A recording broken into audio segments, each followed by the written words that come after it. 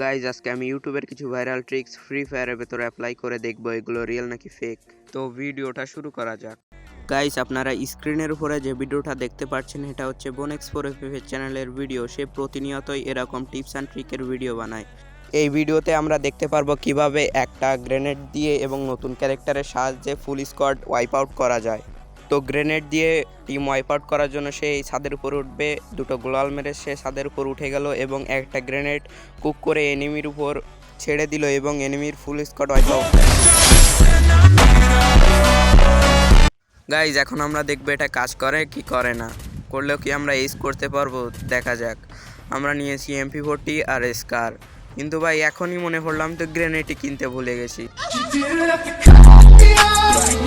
তো কোনো ব্যাপার না, আমি নতুন ক্যারেক্টারটা নিয়ে এসেছি, এটা দিয়েই আমরা ইনভিজিবল হয়ে এনিমির ফুল স্কোয়াডকে মারতে পারবো। এনিমির ফুল স্কোয়াড মারার জন্য আমি যাচ্ছি এনিমির সাইডে একটা কাঠের ঘর আছে, ঠিক ভিডিওটার মতোই আমরা এই ঘরের উপর ওঠার চেষ্টা করব।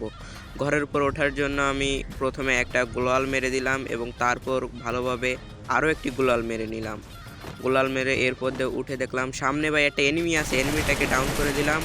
ডান সাইডের পানির ভিতরেও আর একটা এনিমি আছে, একেও আমি ডাউন করে দিলাম। এবার প্যাকের ভিতরটার পালা, প্যাকের ভিতরেও আর একটা এনিমি আছে, একে আমি 35 ড্যামেজ দিয়ে ডাউন করে দিলাম। আর মাত্র ভাই একটা এনিমিকেই মারতে পারলে আমার এইস হয়ে যাবে পুরো ভিডিওটার মতো। তো সামনে একটা এনিমি আছে, ওই কাঠের ঘরের সামনে ছিল, আমার সামনে একটা গ্লোয়াল মেরে দিল। আমি তাকে MP40 জাতা দিব, MP40 জাতা দিয়ে তাকে মেরে স্পিড করলাম।